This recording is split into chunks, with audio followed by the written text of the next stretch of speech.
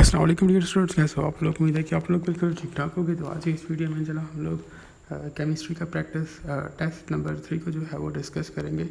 तो बगैर time waste किए हुए हम लोग अपनी वीडियो की तरफ चलते हैं।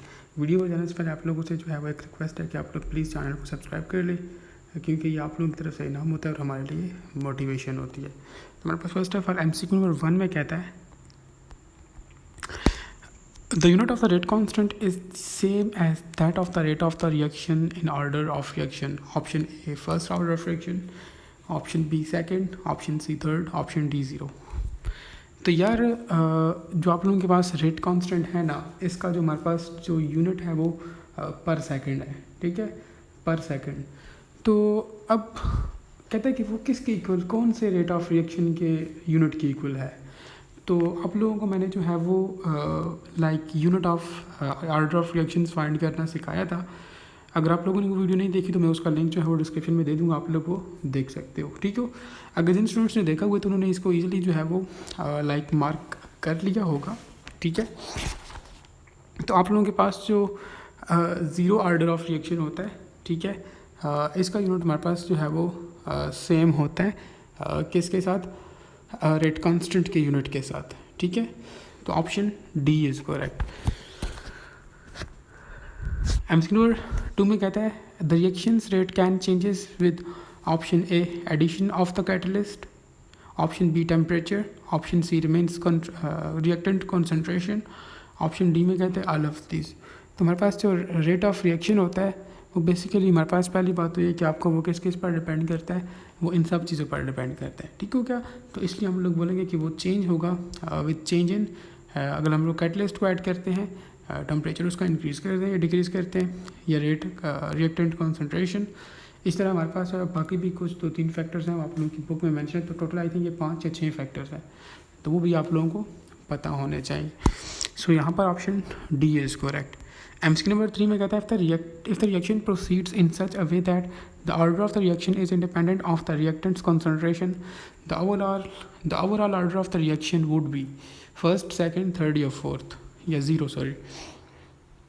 तो आप लोगों के पास जो ज़ीरो ऑर्डर ऑफ रिएक्शन होता है, ठीक है, हमारे पास जो है वो लाइक रिएक्टेंट्स के कंसंट्रेशन पर डिपेंड नहीं कर रहा होता, ठीक है, क्योंकि हमारे पास वो just basically zero order of reaction, मैंने आपको उस वीडियो में भी कहा था कि हमारे पास किसी भी किस्म के लाइक जिसमें कैटलिस्ट इन्वॉल्व हो, या बाकी एक और मैंने बताया था लाइक इस तरह के जो रिएक्शन होते हैं फोटोकेमिकल रिएक्शंस, तो उस तरह के जो रिएक्शन होते हैं वो हमारे पास ज़ीरो ऑर्डर ऑफ रिएक्शन होते हैं, ठीक है। वहाँ पर बाकी जो कंडीशन होती हैं उन पर डिपेंड करता है रेट ऑफ रिएक्शन, ठीक है। आप लोगों के पास रिएक्टेंट्स के कंसंट्रेशन पर डिपेंड नहीं कर रहा होता, ठीक है। So option D is correct कि हमारे पास इसमें ज़ीरो ऑर्डर ऑफ रिएक्शन में हमारे पास जो रेट ऑर्डर ऑफ रिएक्शन है वो रिएक्टेंट्स की कंसंट्रेशन पर डिपेंड नहीं करता। सो दैट्स वाई हम लोग बोलेंगे कि वो ज़ीरो ऑर्डर ऑफ रिएक्शन है। Option D is correct. MCQ number 4 में कहता है कि photosynthesis reaction is of option A first order, option B second order, option C third order, option D 0। तो अभी ऊपर भी मैंने बात की है कि आप लोगों के पास जितने भी लाइक कैटलाइज्ड रिएक्शंस हैं जिसमें कैटलिस्ट यूज़ होता है, या आप लोगों के पास जितने भी फोटोकेमिकल रिएक्शंस हैं आ जाएँ, तो आप लोग आंखें बंद करके बोलो कि हमारे पास वो ज़ीरो ऑर्डर ऑफ रिएक्शन है। अब यहाँ पर वो फोटोसिंथेसिस की बात कर रहा है, तो इसलिए हम लोग बोलेंगे कि इसमें हमारे पास ज़ीरो ऑर्डर ऑफ रिएक्शन होता है। अब समटाइम्स आप लोगों को इस तरह लाजमी नहीं कि वो डायरेक्टली इस तरह क्वेश्चन करे, वो आपको लाइक फोटोसिंथेसिस का रिएक्शन देगा, ठीक है, MCQ के अंदर, और आपसे कह सकता है कि अब इसका बताओ कि हमारे पास ऑर्डर ऑफ रिएक्शन क्या होगा। तो स्टूडेंट्स वहाँ पर कैलकुलेट करने लग जाते हैं, ठीक है। तो मैंने आपसे पहले भी कहा था कि हमारे पास जितने भी लाइक कैटलाइज्ड रिएक्शंस होते हैं या फोटोकेमिकल रिएक्शंस होते हैं, तो उनमें हमारे पास ऑर्डर ज़ीरो होता है, ठीक है। आप लोग जहाँ पर भी कैटलाइज्ड रिएक्शंस देखो या फोटोकेमिकल रिएक्शन देखो, तो आप लोग आंखें बंद करके बोले कि ये हमारे पास ज़ीरो ऑर्डर ऑफ रिएक्शन है।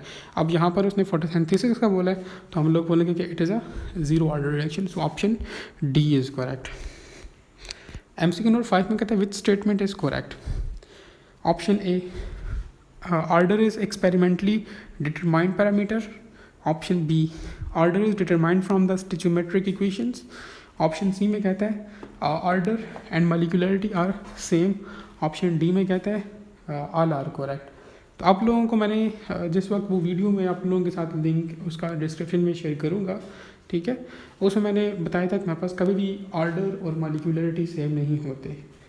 This means that option C तो बिल्कुल गलत हो गया। अब अगर ऑप्शन सी गलत है तो ऑप्शन डी भी गलत होगा। अब हम लोगों ने क्या करना है कि ऑप्शन ए और बी में से अपने आंसर को चूज़ करना है। ऑप्शन ए में कहता है कि इसको हम लोग जो है वो एक्सपेरिमेंटली जो है वो डिटरमाइन करते हैं, और ऑप्शन बी में कहता है कि इसको हम लोग स्टेचोमेट्रिक इक्वेशन से फाइंड करते हैं। तो स्टेचोमेट्रिक जो इक्वेशन है ये तो बिल्कुल एक सेपरेट सी चीज़ है, ठीक है। सो ऑप्शन ए आप लोगों के पास यहाँ पर करेक्ट है कि हम लोग जो है ऑर्डर को एक्सपेरिमेंटली डिटरमाइन करते हैं, ठीक है। It is experimentally determined parameter. Option A is correct. Next आप लोगों के पास MCQ नंबर 6 में कहता है which of the following factor does not influence the rate of reaction. Option A concentration of reactants, option B nature of reactants, option C molecularity of reaction, option D आप लोगों के पास temperature.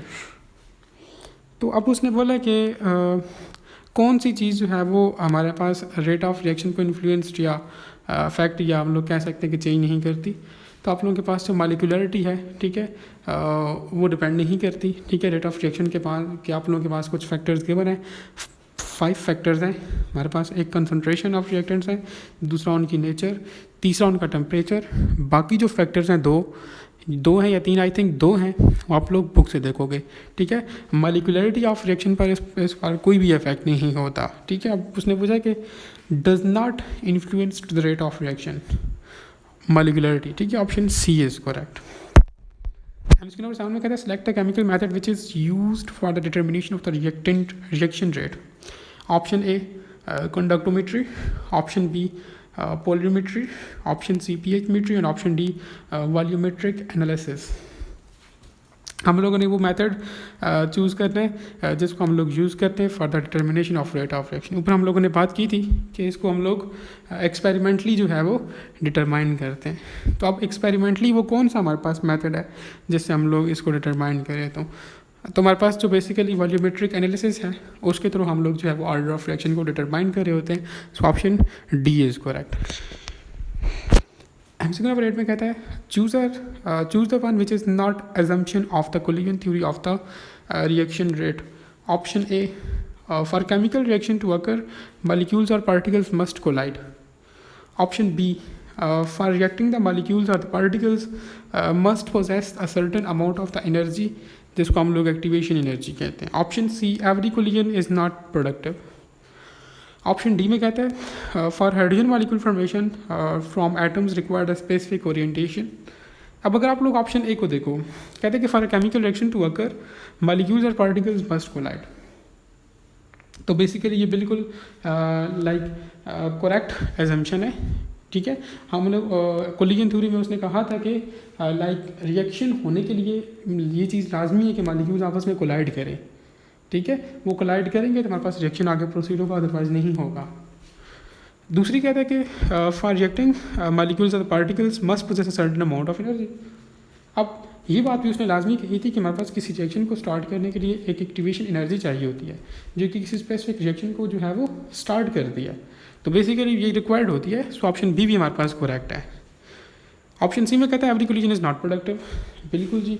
अब sometimes जो है वो हर तरह की collision जो है वो प्रोडक्टिव नहीं होती। सिर्फ वही कोलिजन प्रोडक्टिव होती है जो लाइक उसकी जो रिएक्टेंट्स हैं उनकी डिमांड को पूरा करे या सही से उनको कोलाइड करे। हर तरह की कोलिजन भी जो है प्रोडक्टिव नहीं होती, ठीक है। अगर ऑप्शन डी को देखें for hydrogen molecules formation forms atom requires specific orientation, तो ये हमारे पास जो है वो रॉन्ग स्टेटमेंट है या it is not mentioned in the collision theory of the reaction rate. So option D आप लोगों के पास करेक्ट ऑप्शन है। MCQ नंबर 9 में कहते हैं the rate of the catalysed reaction is independent of the concentration of. Option A reactants, option B products, option C catalyst and option D में कहते हैं नन ऑफ दीज। तो देखो हमारे पास जो है वो कहते हैं कि रेट ऑफ कैटलाइज्ड रिएक्शन वो किस चीज़ पर डिपेंड नहीं करती यार, वो रिएक्टेंट्स और प्रोडक्ट्स पर तो करती है, कैटलिस्ट पर भी करती है, ठीक है, लेकिन उस तरह से नहीं करती, ठीक है। कैटलिस्ट पर वो इंडिपेंडेंट है। ऑप्शन सी इज़ करेक्ट, ठीक है। कैटलिस्ट जस्ट उसको लाइक स्पीड अप करता है, ठीक है। अगर हम लोग कैटलिस्ट डाल देते हैं, ऐड कर लेते हैं किसी रिएक्शन के अंदर, हाँ वो तो अपना काम करता है, लेकिन अगर हम लोग कैटलिस्ट की कंसनट्रेशन को या अमाउंट को इंक्रीज़ करते हैं तो उस पर कोई असर नहीं होता, ठीक है। सो दैट्स हम लोग बोलेंगे कि catalyst has no effect on the rate of catalysed reaction, ठीक है। या हम लोग कह सकते हैं कि rate of catalysed reaction is independent of concentration of catalyst. Option C is correct. MCQ number 10 में कहता है point out the false statement from the given ones. Option A, catalyst does not differentiate between the forward and the backward reaction. Option B, low activation energy is associated with the fast reaction. Option B, the activated state is highly unstable state. And option D में कहते हैं catalyst changes the equilibrium point of the reaction. तो ये जो आप लोगों के पास MCQ number 10 है, इसमें पहला पॉइंट उसने लिखा है कि हमारे पास कैटलिस्ट डज नॉट, तो बिल्कुल ये ठीक है कि हमारे पास कैटलिस्ट डिफ्रेंशिएट नहीं कर सकता हमारे पास फॉरवर्ड और बैकवर्ड रिएक्शन में, ठीक है। और हमारे पास जो है वो दूसरा पॉइंट इंपॉर्टेंट है, ये एमसीक्यू में भी आ सकता है, low activation energy associated with fast reaction, ठीक है। एनर्जी ऑफ एक्टिवेशन जितनी कम होगी तो रिएक्शन उतना फास्ट होगा, अगर वो ज़्यादा है तो रिएक्शन स्लो होगा, ठीक है। ये पॉइंट इंपॉर्टेंट आपसे क्वेश्चन कर सकता है कि low activation energy is associated with option A fast reaction, option B slow reaction, option C very slow reaction, और ऑप्शन डी एक्सट्रीमली या नन, या आपसे कुछ भी कह सकता है। तो हमारे पास जो लो एक्टिवेशन एनर्जी होती है it is associated with the fast reaction. Option C देखिए, वो कहता है कि the activated state is highly unstable state. ये आपको आई थिंक मैंने किसी टेस्ट के अंदर ये भी एमसीक्यू दिया होगा कि हमारे पास जो एक्टिवेटेड स्टेट होती है it is highly unstable state होती है, तो ये भी आप लोगों के पास एमसीक्यू में आ सकता है। अगर आप लोग ऑप्शन डी को देखें तो हमारे पास ये जो है वो एक फॉल्स स्टेटमेंट है, कहता है कि catalyst changes the equilibrium point of the reaction. Catalyst change नहीं करता, ठीक है। Option D is correct. MCQ number 11 में कहते हैं the study of the heat changes accompanying a chemical reaction is known as. Option A thermochemistry, option B thermodynamics, option C electrochemistry, and option D में हमारे पास कहते हैं chemical kinetics. तो आप लोगों के पास बेसिकली ऐसी स्टडी जिसमें हम लोग हीट चेंजेस को देखते हैं, ठीक है, केमिकल रिएक्शन के अंदर, तो हमारे पास वो थर्मोकेमिस्ट्री होता है, ठीक है। Option A is correct. ये अक्सर समटाइम्स सिंपल डेफिनेशंस भी आती हैं, इस एमसीक्यू का जस्ट मकसद यही था, ठीक है। एमसीक्यू नंबर 12 में कहता है which one of the following is not applicable for a thermo chemical reactions. Option A, it tells whether a particular reaction is possible or not. Option B, it tells whether the reaction is endothermic or exothermic. Option C, it tells about the allotropic forms of the reactants. Option D में कहता है it tells about the physical state of the reactants and products. अब question पूछने वाला है कि which one of the following is not applicable, ठीक है। 3 स्टेटमेंट्स तो ठीक है, सिर्फ एक गलत है, वो हम लोगों ने देखनी है, ठीक है। तो अगर आप लोग जो हो वो पहली स्टेटमेंट को देखो तो इसमें हमारे पास जो थर्मोकेमिकल रिएक्शंस होते हैं, पहली बात तो ये कि हमें बताते हैं कि हमारे पास कोई रिएक्शन पॉसिबल है या नहीं है, ये बात तो ठीक होगी। दूसरी बात कि हमें ये एंडोथर्मिक और एक्सोथर्मिक के बारे में भी बताते हैं, ठीक है। पॉजिटिव साइन हुआ तो हम delta H positive, this means that हमारे पास रिएक्शन एंडोथर्मिक, नेगेटिव हुआ तो हमारे पास एक्सोथर्मिक, और this means that electrochemical reaction हमारे एंडोथर्मिक और एक्सोथर्मिक रिएक्शंस के बारे में बताते हैं। ऑप्शन डी को आप लोग पहले देख लो, it tells about the physical state of reactants and products, बिल्कुल जी बताते हैं। आप लोगों ने अक्सर देखा होगा कि रिएक्टेंट्स के साथ नीचे एस लिखा होता है, समटाइम्स दिस मीन्स दैट ये सॉलिड है, समटाइम्स गैस जी लिखा होता है, दिस मीन्स दैट गैस है, समटाइम्स एक्वस वर्ड यूज़ किया होता है उन्होंने रिएक्टेंट्स के बिल्कुल छोटा सा करके लिखा होता है, तो वो हमारे पास बेसिकली वो फिजिकल स्टेट बता रहा है रिएक्टेंट्स या प्रोडक्ट्स की। अगर आप लोग ऑप्शन सी को देखो, कहते हैं कि it tells us about the allotropic forms of the reactants. हमारे पास जो है वो थर्मोकेमिकल इक्वेशन या थर्मोकेमिकल रिएक्शन जो है हमारे पास किसी भी रिएक्टेंट के एलोट्रोपिक फॉर्म को शो नहीं करता, so option C is correct. MCQ number 13 में कहता है if the reactants have high energy than products then the reaction is. Option A endothermic, option B photochemical, option C endothermic, option D non spontaneous. अब 2 मरतबा endothermic आ गए, ठीक है। तो आप लोगों के पास जो है वो अगर हमारे पास रिएक्टेंट जो है उसकी हाई एनर्जी हो, ठीक है, देन द प्रोडक्ट, तो उस तरह के रिएक्शन को हम लोग बोलेंगे कि वो हमारे पास एंडोथर्मिक रिएक्शन है। तो ऐसा जो है वो बिल्कुल भी नहीं हो सकता, ठीक है। अब क्वेश्चन को देखो ना, कहता है रिएक्टेंट्स हमारे पास हाई एनर्जी पर हैं। अगर रिएक्टेंट्स हाई एनर्जी पर होंगे, ठीक है, और प्रोडक्ट्स लो एनर्जी पर होंगे, तो हमारे पास वो जो रिएक्शन होगा वो एक्सोथर्मिक होगा। मैंने एंडोथर्मिक बोला है, लेकिन एंडोथर्मिक नहीं होगा, वो एक्सोथर्मिक होगा। लेकिन अगर आप लोगों के पास प्रोडक्ट्स हाई एनर्जी पर हों और रिएक्टेंट्स लो एनर्जी पर हों, तो हमारे पास वो एंडोथर्मिक होगा। ठीक है, आप लोग दोबारा लिखो, क्या पता मैंने किस तरह से बोला है। जब हमारे पास रिएक्टेंट्स हाई एनर्जी पर होंगे और प्रोडक्ट्स लो एनर्जी पर होंगे, तो तब वो रिएक्शन एक्सोथर्मिक रिएक्शन होगा। ठीक है, लेकिन अगर रिएक्टेंट्स जो है वो हमारे पास लो एनर्जी पर हुए और प्रोडक्ट्स हमारे पास हाई एनर्जी पर हुए, तो हम लोग बोलेंगे कि ये हमारे पास एंडोथर्मिक रिएक्शन है। अब यहाँ पर आप लोगों के पास किसी भी किस्म का ऑप्शन एक्सोथर्मिक लिखा नहीं हुआ था, तो आप लोग इसको करेक्ट कर लें।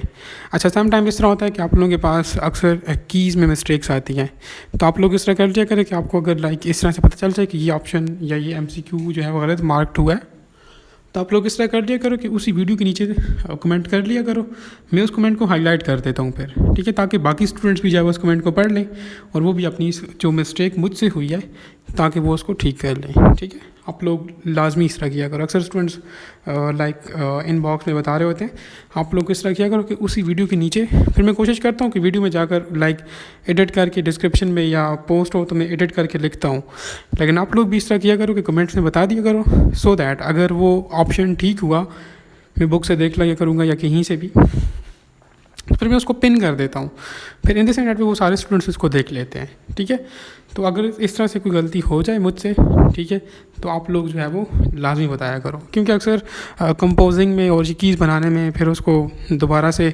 लिखने में ये द सेम टाइम वो गलतियाँ हो जाती हैं। ठीक है, ह्यूमन एरर होता है, सो आप लोग किया करें। अब यहाँ पर आप लोगों के पास एक्सोथर्मिक आता था जो कि ऑप्शंस में नहीं है, तो आप लोग इसको अपने पास नोट कर लो। MCQ 14 में कहता है, of the followings are endothermic except. Endothermic कौन से होता है? अभी मैंने आपको बताया कि जिसमें हमारे पास प्रोडक्ट्स की एनर्जी ज़्यादा होती है। ऑप्शन ए में कहते हैं sublimation, option B evaporation, option C condensation और ऑप्शन डी आयनाइजेशन एनर्जी। तो आप लोगों के पास जो है वो यहाँ पर जो कंडेंसेशन है, ठीक है, ये हमारे पास एक्सोथर्मिक है। ठीक है, इसमें हम लोग लाइक टेम्परेचर को क्या कर रहे होते हैं, वो डिक्रीज़ कर रहे होते हैं। कंडेंसेशन, सब्लिमेशन में हीट दे रहे होते हैं, इवेपोरेशन में भी हीट, आयनाइजेशन एनर्जी में भी हीट ही होती है बेसिकली। तो ये हमारे पास एंडोथर्मिक रिएक्शंस हैं, लेकिन जो कंडेंसेशन है वो एक्सोथर्मिक है। ठीक है, so option C is correct.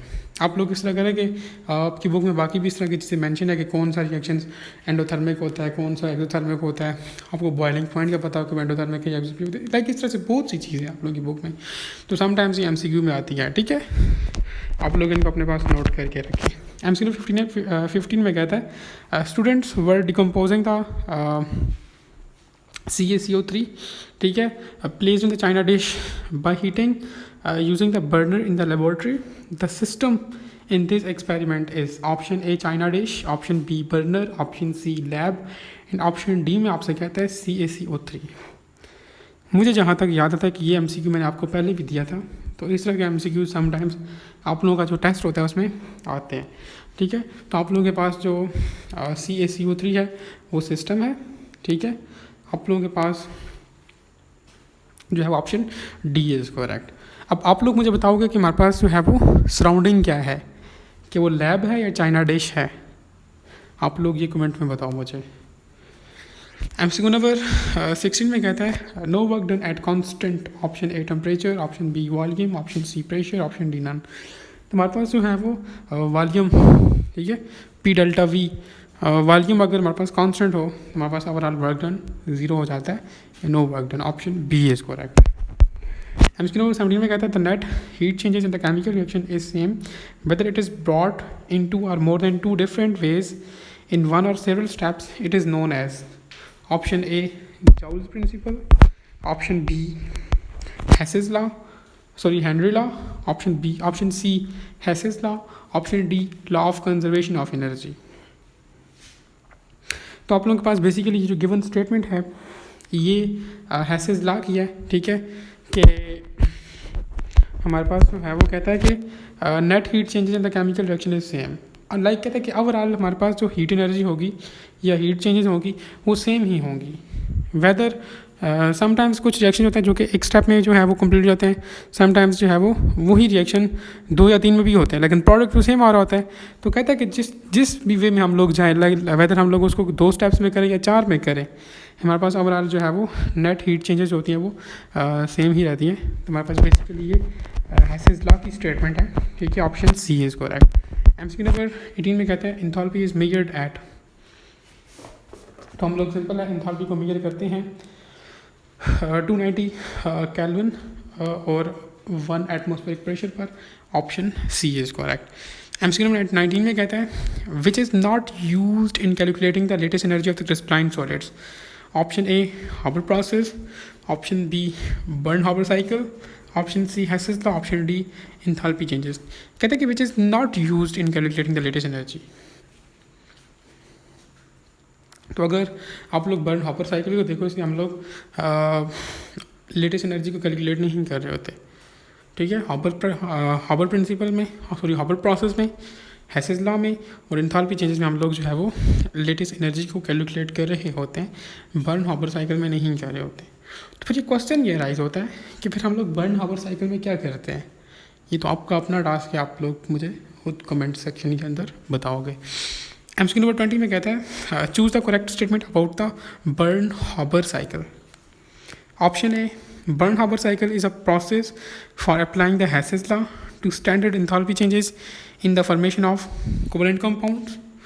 Option B, Bern Haber cycle is a process for applying the Hess's law to the standard enthalpy changes in the formation of ionic compound. Option C, Bern Haber cycle is a process for applying the Hess's law to the standard enthalpy changes in the formation of both ionic and covalent compound. और option D में आपसे कहते हैं none. अब देखो इस तरह के जो MCQs होते हैं ना, जिनमें लाइक देखो अब इन तीनों ऑप्शंस में ये 3 लाइन्स तो तीनों में सेम है, तो ये आपको जस्ट कंफ्यूज करती हैं। अब इन तीनों स्टेटमेंट्स में, इन तीनों ऑप्शन में जो चीज़ डिफरेंट है उनको आप जस्ट अंडरलाइन करो। लाइक पहले में ऑप्शन ए में कोवलेंट कंपाउंड की बात की है, ऑप्शन बी में उसने आयोनिक की है, सी में दोनों की है। आप लोग बाकी स्टेटमेंट को इग्नोर करो, क्योंकि वो स्टूडेंट फिर बार बार ऑप्शन ए में भी उसी स्टेटमेंट को पढ़ रहा होता है, ऑप्शन बी में भी उसी को पढ़ रहा होता है, ऑप्शन सी में भी, तो उसको समझ नहीं आती कि यार लाइक क्या करूँ मैं। एक तो उस वक्त होता प्रेशर इतना ज़्यादा है तो बंदा उस वक्त पागल हो जाता है। तो आप लोगों ने क्या करना है कि अगर इस तरह की सेम सिचुएशन आ गई, अक्सर मोस्टली ये इंग्लिश में हो रहा होता है, तो आप लोग चीज़ों को लाइक हटा दो, रिमूव करो, अपने लिए आसानियाँ पैदा करो, ठीक है। तो आप लोग क्या कर सकते हो कि यहाँ से जस्ट जो मेन चीज़ें हैं, जिन जो लाइक ऑप्शंस एक दूसरे से डिफरेंस हैं, वो जिस वर्ड की वजह से आप उसको जस्ट अंडरलाइन करो, फिर उनमें डिफ्रेंशिएट करो कि यार कौन सा ऑप्शन आ सकता है। तो हमारे पास जो है वो बर्न हाबर साइकिल में हम लोग बेसिकली क्या करते हैं, ठीक है। बर्न हाबर साइकिल में हम लोग जो है वो आयोनिक कंपाउंड्स के बारे में देख रहे होते हैं, उनकी फॉर्मेशन के बारे में। So option B is correct, ठीक है। ऊपर मैंने आपसे बर्न हाबर साइकिल का ही पूछा था, ठीक है, तो ये आपको आपका आंसर भी मिल गया, ठीक हो गया। Option B is correct. MCQ number 21 में कहता है the passage of the current through an electrolyte is due to the movement of, option A electrons, option B anions, option C cations, option D anions, sorry ions, only ions. तो अगर आप लोग बात करते हो पैसेज ऑफ करंट की through an electrolyte is due to the movement of ions, option D is correct. MCQ number 22 में कहता है which one of these is not true about the electrolytes. Option A it can conduct electricity in the molten state, option B it can conduct electricity in the form of aqueous solution, option C it can conduct electricity in the solid form, option D में कहता है it can be acid or base or salt। अब हम लोगों ने जो है वो स्टेटमेंट को चूज़ करनी है जो कि करेक्ट नहीं है। अगर पहली 2 स्टेटमेंट को देखें कि आप कहता है कि it can conduct electricity in molten and aqueous solution, तो ये स्टेटमेंट्स बिल्कुल करेक्ट है, ठीक है।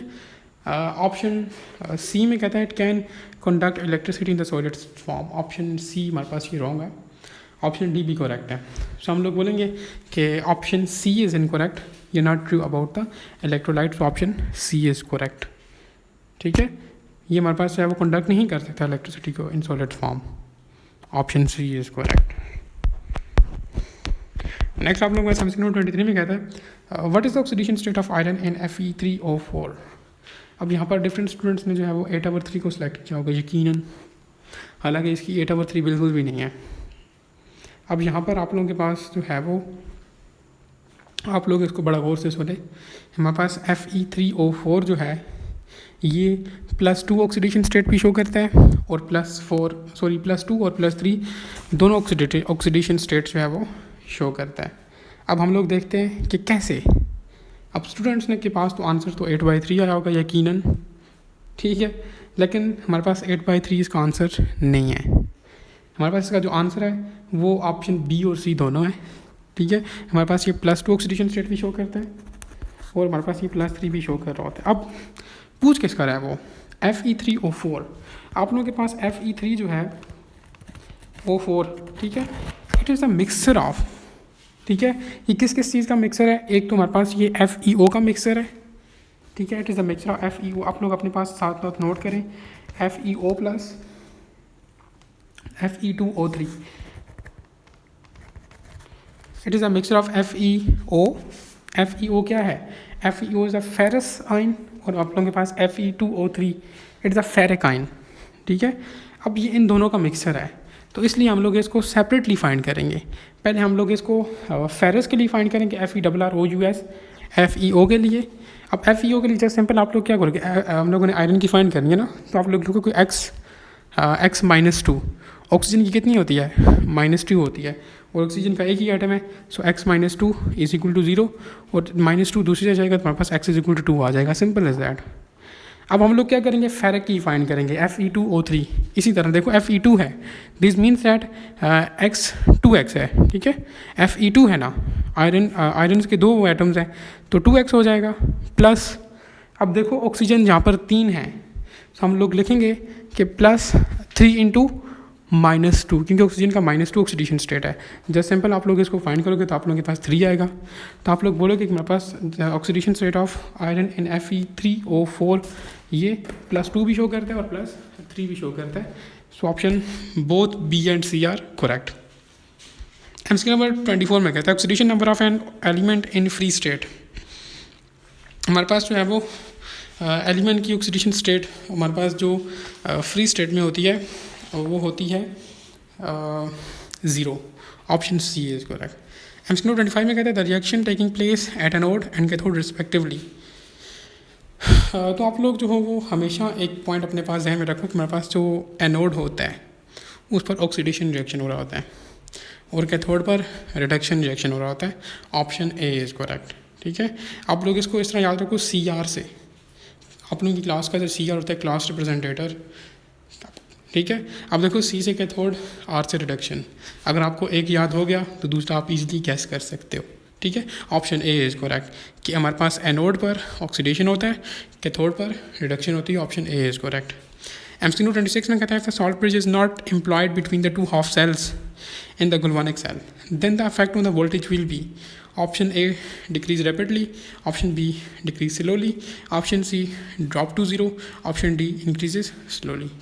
कहते हैं अगर हम लोग सॉल्ट ब्रिज को यूज़ ना करें तो वोल्टेज पर क्या इफेक्ट होगा, तो हम लोग अगर सॉल्ट ब्रिज को यूज़ नहीं करते तो हमारे पास वोल्टेज 0 हो जाएगी, drop to 0, option C is correct.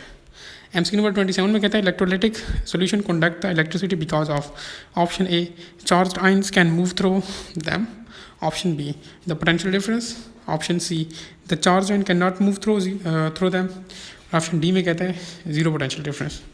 तो इलेक्ट्रोलाइटिक सॉल्यूशन हमारे पास कंडक्ट करता है इलेक्ट्रिसिटी।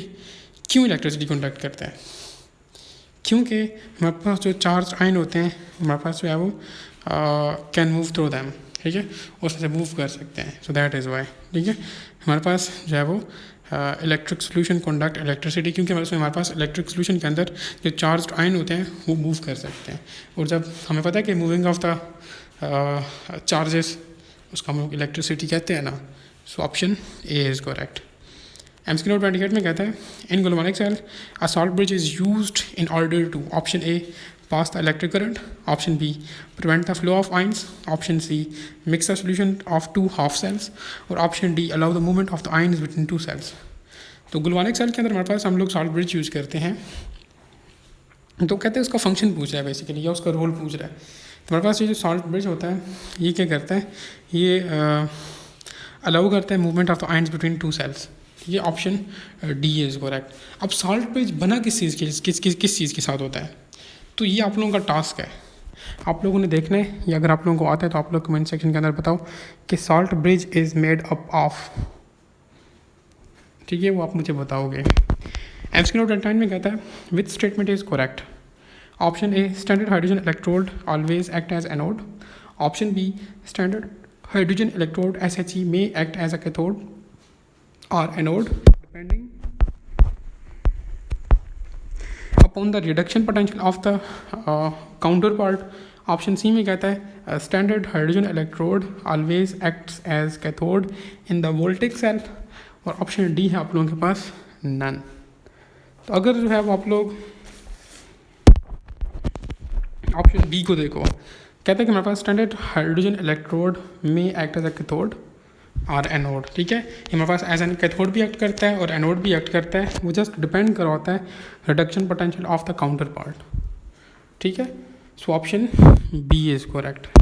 एमसीक्यू नंबर 30 में कहता है stronger the oxidising agent greater the, option A redox potential, option B EMF of the cell, option C oxidation potential, option D है आप लोगों के पास रिडक्शन पोटेंशियल। तो हमारे पास जितना ज़्यादा स्ट्रॉन्गर हमारे पास कोई ऑक्सीडाइजिंग एजेंट होगा, ठीक है, तो उतना हमारे पास जो है वो ग्रेटर रिडक्शन पोटेंशियल होगा, और जितना ज़्यादा हमारे पास रिड्यूसिंग एजेंट होगा तो उतना ज़्यादा हमारे पास ऑक्सीडेशन पोटेंशियल होगा। उलट है, ठीक है, ऑक्सीडाइजिंग एजेंट अगर स्ट्रॉन्गर हुआ तो हमारे पास जो है वो रिडक्शन पोटेंशियल ज़्यादा होगा, लेकिन रिड्यूसिंग एजेंट अगर ज़्यादा हुआ या स्ट्रॉन्गर हुआ तो हमारे पास जो है वो ऑक्सीडेशन पोटेंशियल ग्रेटर होगा। अब यहाँ पर उसने ऑक्सीडेशन एजेंट का पूछा है, ऑक्सीडाइजिंग एजेंट का पूछा है, तो ऑक्सीडाइजिंग एजेंट के केस में हमारे पास रिडक्शन पोटेंशियल ग्रेटर होता है। So option D is correct. MCQ number 31 में कहता है which is temperature dependent. Option A molarity, option B molarity, option C both, option D none. MCQ repeat हो रहा है हमारी मरतबा तकरीबन ये जब मैंने MD कैट दिया था 2019 के अंदर, ये वहाँ पर भी था, फिर जब 2020 में KMG कैट दिया तो ये उधर भी था, पिछले तकरीबन 1-2 टेस्ट थे ये उसमें मैंने आपको दिया था, और अभी फिर दे रहा हूँ। आपको पता होना चाहिए कि हमारे पास मोलैरिटी टेम्परेचर पर डिपेंड करती है, लेकिन क्या इसका टेम्परेचर के साथ डायरेक्ट रिलेशन है या इन्वर्स रिलेशन है। चलो डिपेंड तो करती है, वो तो पता चल गया, ठीक है, 4-5 मरतबा रिपीट हुआ है इस बात, तो चलो ठीक है कि डिपेंड करती है, लेकिन क्या इफेक्ट होता है, लाइक टेम्परेचर को इंक्रीज करने से मोलैरिटी इंक्रीज होती है या डिक्रीज होती है। तो आप लोग हमेशा अपने ध्यान में रखो there is an inverse relation between the temperature and molarity, ठीक है, टेम्परेचर इंक्रीज होगा तो मोलैरिटी डिक्रीज होगी, अगर टेम्परेचर डिक्रीज होगा तो मोलैरिटी इंक्रीज होगी, ठीक है। अब यहाँ पर विच इज़ टेम्परेचर डिपेंडेंट, तो ऑप्शन ए इज़ करेक्ट कि molarity is a temperature dependent. MCQ 32 में कहता है distillation under the reduced pressure is used to purify the liquids which are explosives. Option B highly volatile, option C decompose at their boiling point, and option D have high boiling point.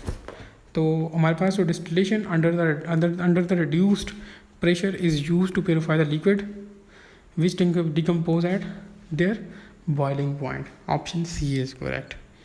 MCQ number 33 में कहता है 33 में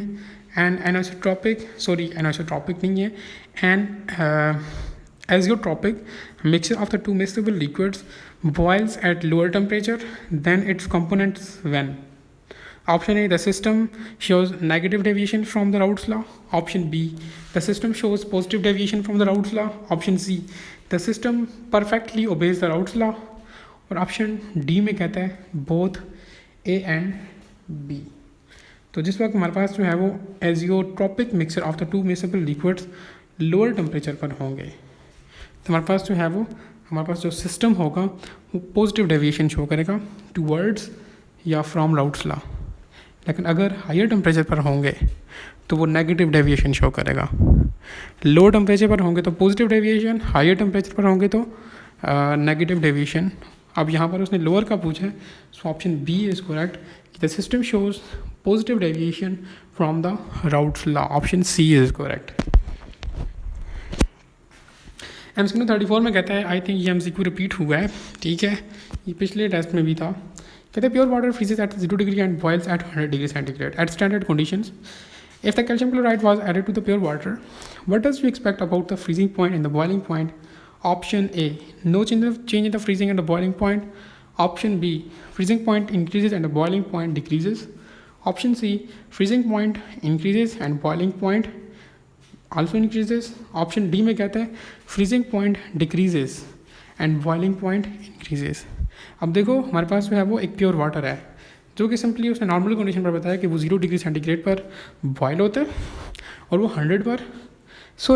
0 पर freeze होता है और 100 पर boil होता है। अब ये प्योर वाटर था।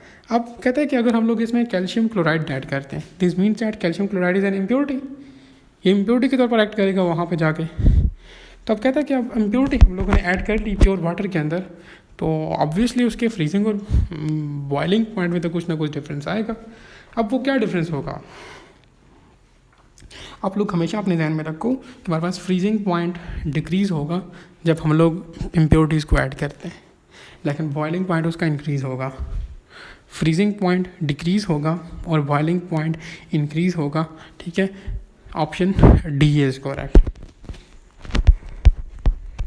MCQ नंबर 35 कहते हैं the solubility of the solutes depend upon option A temperature of the solution, option B quantity of solute, option C quantity of solvent और ऑप्शन डी में कहते हैं ऑल ऑफ दीज।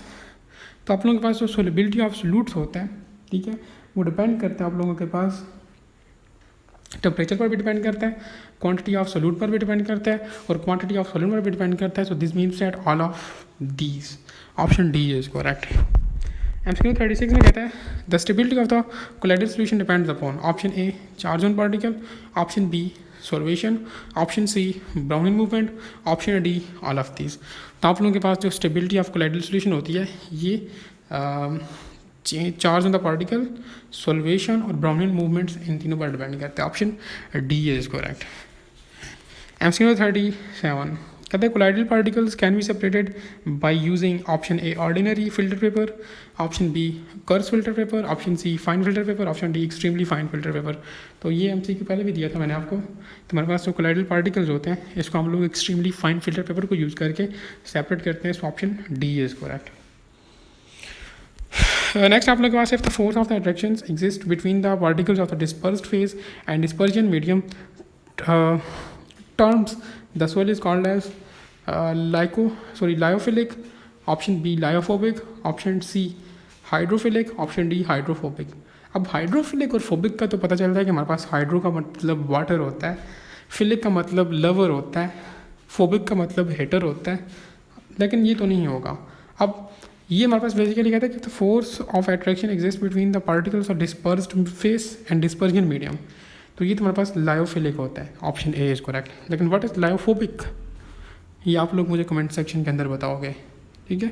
अगर नहीं बताते तो कम से कम इसको खुद देख लेना, क्योंकि हो सकता है कि MCQ में आ जाए, ये इंपॉर्टेंट टर्मिनोलॉजीज़ हैं।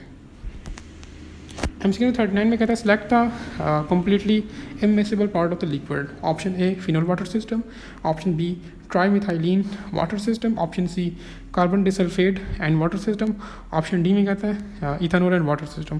तो completely immiscible part of liquid हमारे पास जो है वो ऑप्शन सी को आप लोग देख सकते हो, carbon disulphide and water system, ठीक है। ऑप्शन सी इज़ करेक्ट, ठीक है। अब इस तरह के आपकी बुक में बाकी एग्जाम्पल्स भी मेंशन है, तो आप लोग ये लाजमी देखें चैप्टर नंबर 10 में आई थिंक। MCQ नंबर 40 में कहता है the melting point of the crystalline solids by the addition of the impurities, option A increases, option B decreases, option C remain same, option D first decreases and then increases. कहते हैं impurities को add करने से melting point पर क्या affect होगा, तो simple है, वो डिक्रीज होगी। Option D is correct. ये वही MCQ जो कि मैंने आपसे पहले किया था जब हम लोग इम्प्योरिटीज़ को ऐड करते हैं। मेल्टिंग पॉइंट, ठीक है, नाम जैसे उसने चेंज किया, वहाँ पे हम लोगों ने फ्रीजिंग पॉइंट की बात की थी, ये बल्कि ये डिफरेंट चीज़ है, या वही है जो भी है, बस इसमें जो है वो मेल्टिंग पॉइंट हमारे पास क्रिस्टलाइन सॉलिड्स का जो है वो डिक्रीज़ होता है जब हम लोग उसमें इम्प्योरिटीज़ को ऐड करते हैं। Option B is correct. ये था आप लोगों के पास टेस्ट नंबर 3, ठीक है। अगर आप लोगों का जो टेस्ट नंबर 4 होगा वो 100 MCQs पर मुश्तमिल होगा। वजह क्या है? क्योंकि आप लोगों का जो टेस्ट नंबर 4 है उसमें आप लोगों के पास S&P ब्लॉक एलिमेंट आता है, D and F block element यानी कि ट्रांजिशन एलिमेंट आता है, ऑर्गेनिक केमिस्ट्री का जनरल उसका फंडामेंटल कॉन्सेप्ट, और आप लोगों के पास जो चौथा चैप्टर है वो है हाइड्रोकार्बन्स। अब ये इनमें से तीनों चैप्टर्स पहले दो और हाइड्रोकार्बन वाला मोस्ट एक तो लेंथी है, दूसरा ऊपर से बहुत इंपॉर्टेंट है, तो इसलिए मैंने इस तरह किया कि आप लोगों का जो चैप्टर नंबर 13 था S&P ब्लॉक एलिमेंट, उसमें से मैंने राउंड अबाउट 30 MCQs आपके ऐड किए हैं। वजह ये थी कि मैं कोशिश कर रहा था कि आपको वैसे भी क्विक रिविजन्स नहीं करवाई, तो कम से कम आप लोगों का वहाँ पे हर एक पॉइंट क्लियर करवा दूँ। दूसरी बात, जो आप लोगों का ट्रांजिशन एलिमेंट्स वाला पोर्शन था उसमें से मैंने 24 MCQs ऐड किए हैं, 24 MCQs, ठीक है, और कोशिश किया कि हर एक पॉइंट उसमें क्लियर करूँ, ठीक है।